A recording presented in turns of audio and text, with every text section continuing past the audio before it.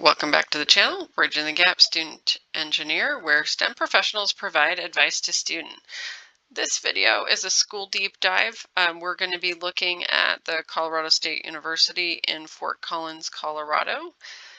The school doesn't give us a ton of data, but we'll go through what we have and then we'll see where we get at the end.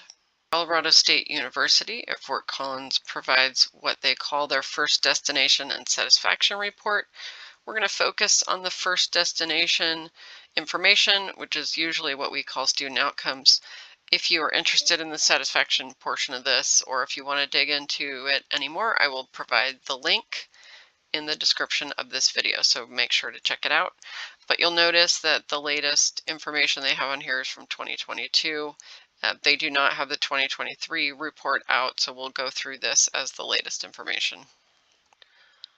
I've scrolled down to page 6, and we're going to look at table 11 and 12, which is the engineering results. I've zoomed in on this, so hopefully you can read it. If you need more details, again, I'm going to provide the link in the description.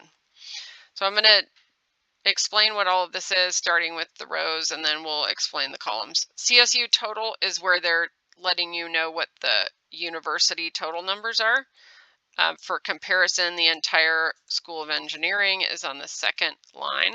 So if you just look quickly, it looks like more than 10% of the grads in the university graduated from engineering.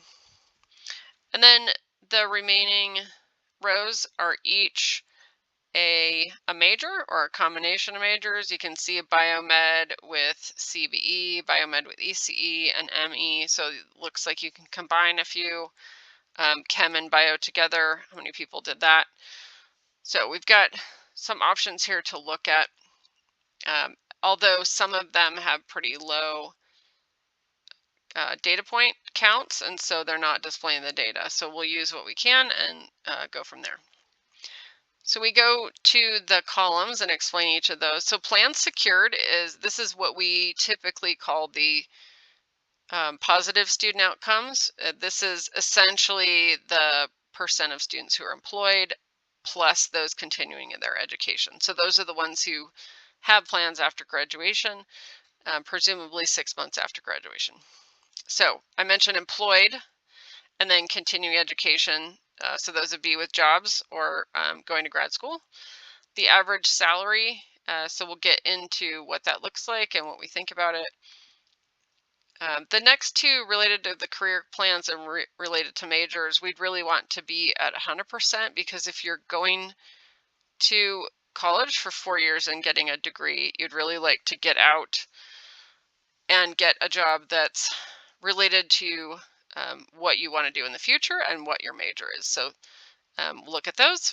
Internship rate, this is defined by the school as students who are graduating who have had at least one intern work experience, lab experience, volunteer experience, those types of things.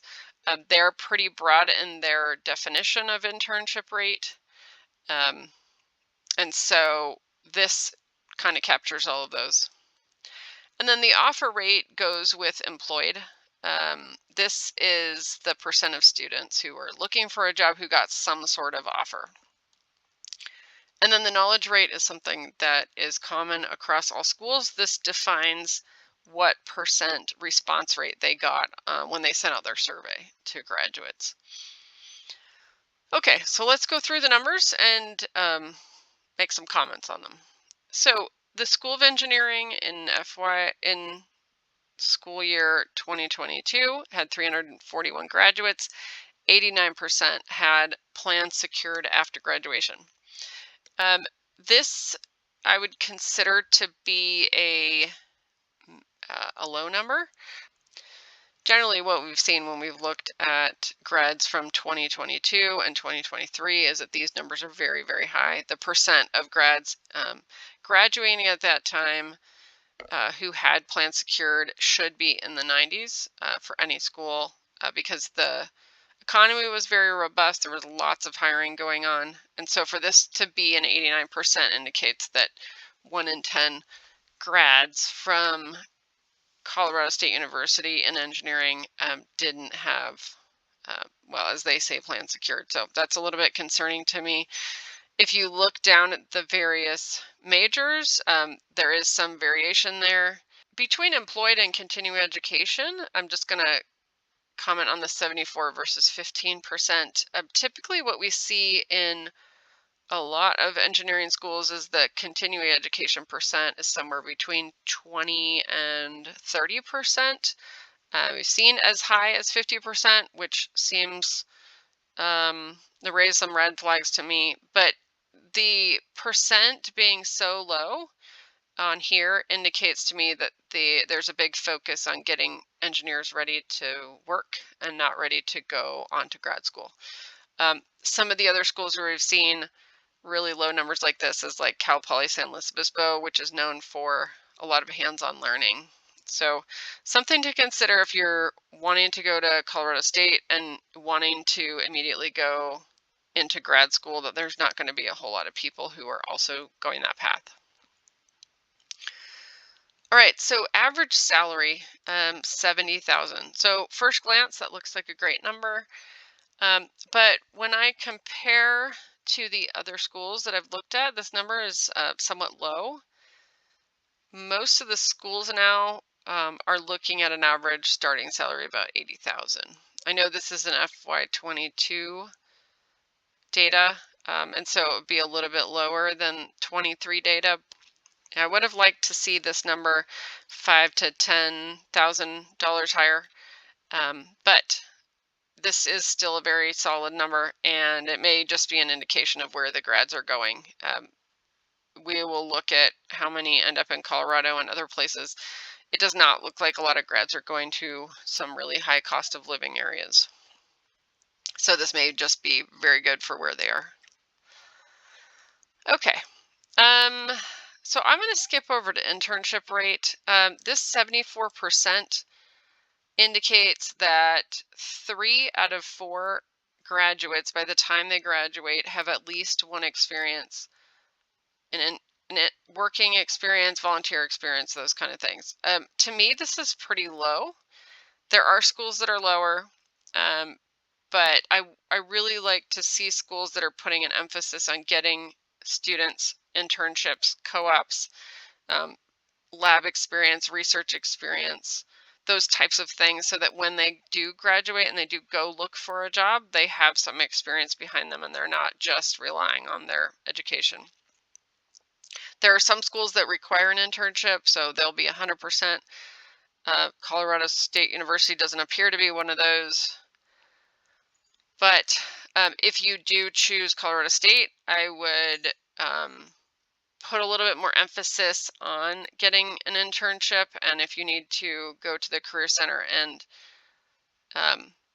spend the time to make connections with companies, try after your freshman year and see what you can get after your freshman year. If we just look down here, there are some percents that are higher, but those are in the really small population majors where 100% have some sort of experience. But it looks like some are, pretty low. 60% for computer engineering, again, a low population number. But these, like in the 60s, to me, is really not good for the grads or the students. So something to consider if you're looking at Colorado State. And then the offer number, it's going to be a little bit higher than the plan secured. It is just a tad, but that indicates that there's a few students who got an offer and didn't take any of the offers that they were given. Colorado State University does not provide us with common locations for undergrad students. They provide that for graduate students. So I know this is not completely one-for-one, but I'm going to make that assumption. We'll just look at this data. What it's telling us is a little over half of the grads stay in Colorado and the other half go to other states. If we look at the most common states, California, Texas, and Washington, this is really where we see most schools sending their graduates. But Colorado State University also sends lots of grads to New York, North Carolina, Florida, Oregon, Massachusetts, and the number of states seem to go on here from here, since the lowest is 20. But what I like to see is schools that are sending their grads all over the country, and I think that we can make the assumption that Colorado State does do that. They are definitely not keeping all their grads in a small regional area, just around their geographic location. They are sending them all over the place. So that's good news for students and grads from Colorado State, because the school has name recognition in a lot of other places that are far geographically from the school, giving you more opportunities for the future. So that's a review of the data available for Colorado State University Fort Collins, specifically for engineering. If you'd like more information, you want to see more of that report that they provided, I will have the link in the comments, so please check that out. But in summary, Colorado State looks to be a pretty decent school. It is not a school where you can go and feel like 100% guarantee that if you graduate from there, you're going to get right into a school. But my advice for those who do choose Colorado State is to focus on getting internships, co-ops, look at how you can get work experience while you're in school. Be aggressive with the Career Center. Make sure that in the beginning of your freshman year, you're going in and getting that resume together, figuring out how you can apply for internships right away. Don't wait, because it looks like not everyone who goes there gets that experience, and that could be a detriment when you're trying to get a job. But thanks for listening to the end. Please like, subscribe, share with your friends and family. Comment on this video if you've got some more questions, and we'll get back to you. Thanks for listening.